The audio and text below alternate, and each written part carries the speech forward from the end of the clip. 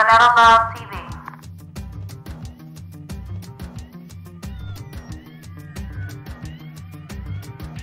Okay guys, so I have finally mastered out of a lot of trial and error how to make the best vegan chocolate chip cookies. Easy ingredients, and we're gonna get started. Tweak it however you want, add whatever you want to it. This is my ingredients. We have a little brown sugar, vegan butter. This is the soy-free one. Have almond. We have almond milk. I get the light 40 because as you guys know, I'm very health conscious in what I eat, so I get the light one. You can get the vanilla kind or whatever kind you want. We have baking powder. We have coconut oil, chocolate chips, the dairy-free kind. This is from Enjoy Life brand. Baking soda, vanilla, regular sugar, cocoa powder, regular sugar, cocoa powder, salt. I add oats to mine. It's amazing.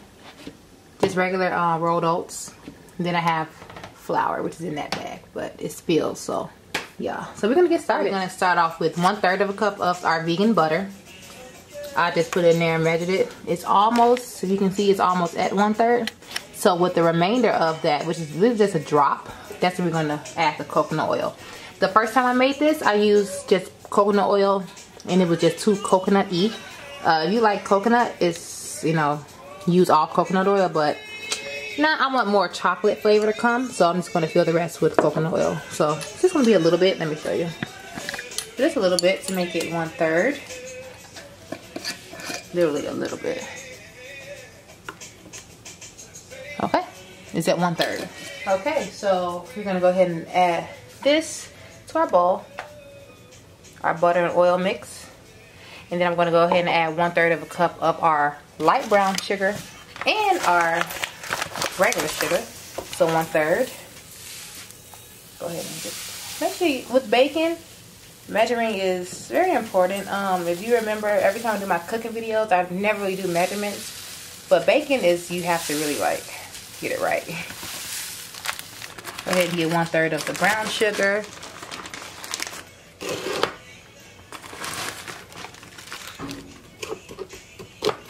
Okay. Kind of hard to measure brown sugar because it's so, you know how brown sugar is, but I'm gonna add that. You can use organic kind. I just use whatever we had in the house. Don't matter to me. So this is when you have to start mixing this. You can use anything. You can use a mixing bowl, but y'all know how we keep it on my channel. You just gonna mix this shit on up till it's all mixed. This is how it's gonna look. Thick. Okay.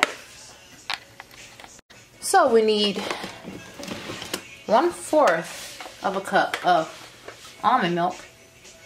If you're doing it for more people, you can go ahead and double it, so you'll be at 1/2 cup. But because I'm only doing for not a lot of people, you don't need all that. You can always double the recipe, but right now I have just 1/4 of a cup in here, and then one teaspoon of vanilla. A lot of my stuff is a Target brand because it's cheaper. You know how I do. So 1 teaspoon.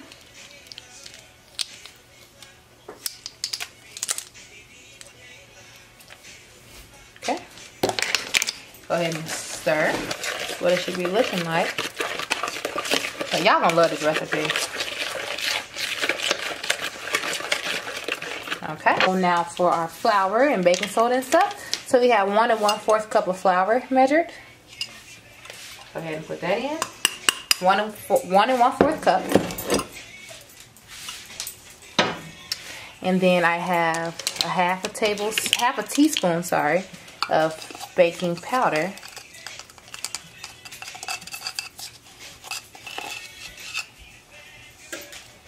And then the same thing with baking soda, half a teaspoon. This recipe doesn't call for no apples or no shit like that, applesauce and fake eggs and no. And then we're gonna need 1/4 of salt. Yes, salt goes inside of baking. And we're gonna go ahead and stir.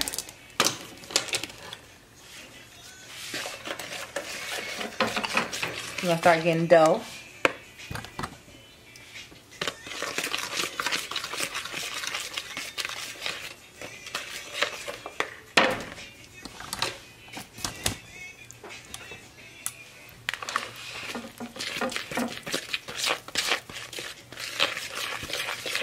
Yes, that's our dough forming. Got a couple steps left, and then we can go ahead and form them into.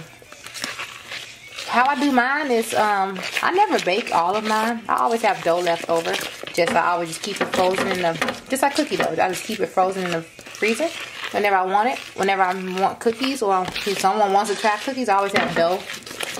I could have made a bigger batch for that, but it's okay. See, this is the dough. You don't need applesauce or anything else. I'm allergic to apples, so I was trying to find ways to make stuff without having to use applesauce, as, you know, a replacement of eggs, and as well as not using flaxseed, because sometimes flaxseed makes my throat itch. So it's looking good. Now we're going to add our chocolate chips. Whoops, some left on the ground, and of course, the vacuum is there. Quick. Damn, put ass out the way.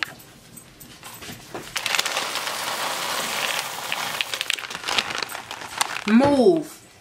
Move so I can finish doing this shit. Move if I kick you. Okay. I did not use the whole bag. Move, Chase, before I throw water on you. Okay. Depending on how chocolatey you like your stuff. I like mine to be nice and chocolatey. Chocolate chips in every bite. Okay. I'm going to go ahead and just add, I'm going to say a half a teaspoon of cocoa powder.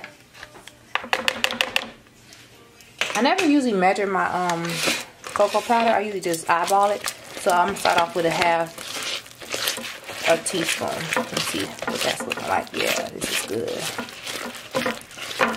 Now I'm gonna go ahead and put our oats in, just a little bit. I honestly would say a tablespoon. Tablespoon of oats. I'll measure 2 tablespoons. And we can add from there if we want more. Yeah, this is good. This is our dough. And because of the cocoa powder, your cookies will be slightly browner than, it won't be that brown, like light brown color. It'll be more of a darker brown. A nice cocoa type melanin cookie. Okay, my last step. And I'm going to add the tiniest bit of this organic maple syrup. Literally a drop. So like 1/4 of a teaspoon.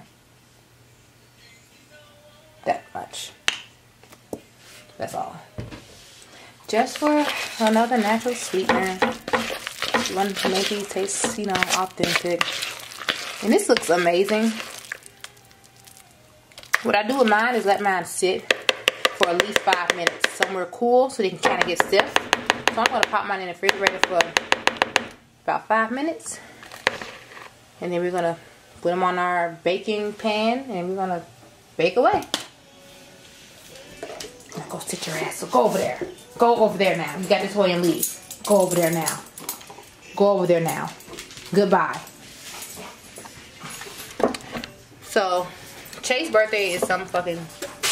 I prefer parchment paper when I bake because it literally makes nothing stick, and I just love that. You can go in with your hands and do it, but because of my beautiful nails, I am cutting them, y'all. I'm gonna do these drops, like dollops. It's gonna form, don't worry. It's gonna turn into a damn circle like cookies are supposed to be. But we're just gonna go ahead.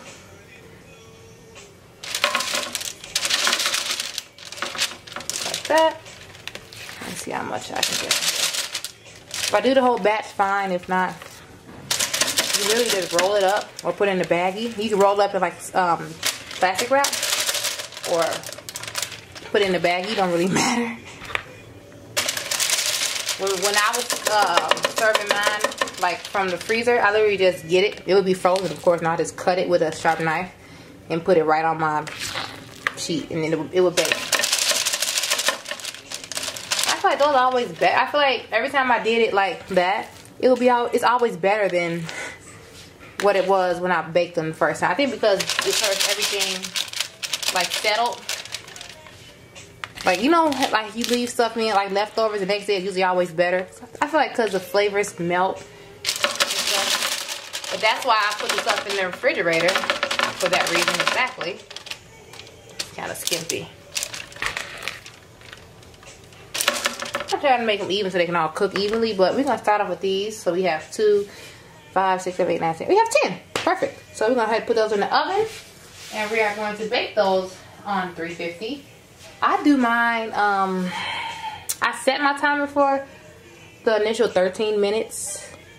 But I always check. I usually have to keep them in longer, so we'll see. So, go ahead and put that in the oven. Go ahead and set our timer.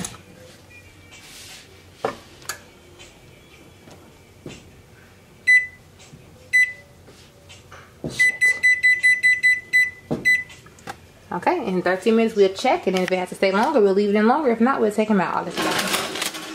This is after 13 minutes. Oh shit. That's how he be, just thirsty.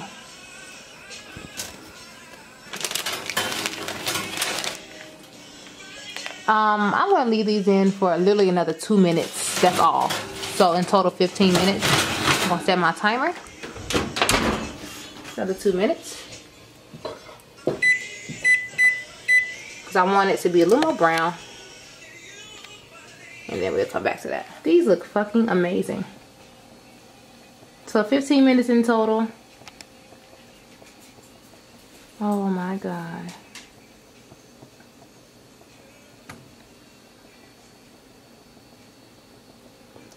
So at this point we need to take it off of this hot rack because we don't want it to keep cooking. So what we're gonna do,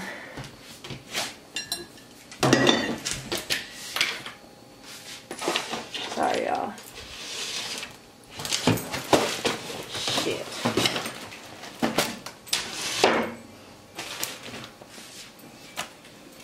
What we're gonna do is transfer it here. This is where I put the extra.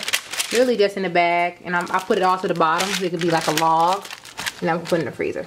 But with this, we need to take it off of this hot rack so it won't continue the cooking process. This is how we're gonna ensure that the inside of our cookies are still nice and soft and chewy. So yeah, I'm gonna let those cool.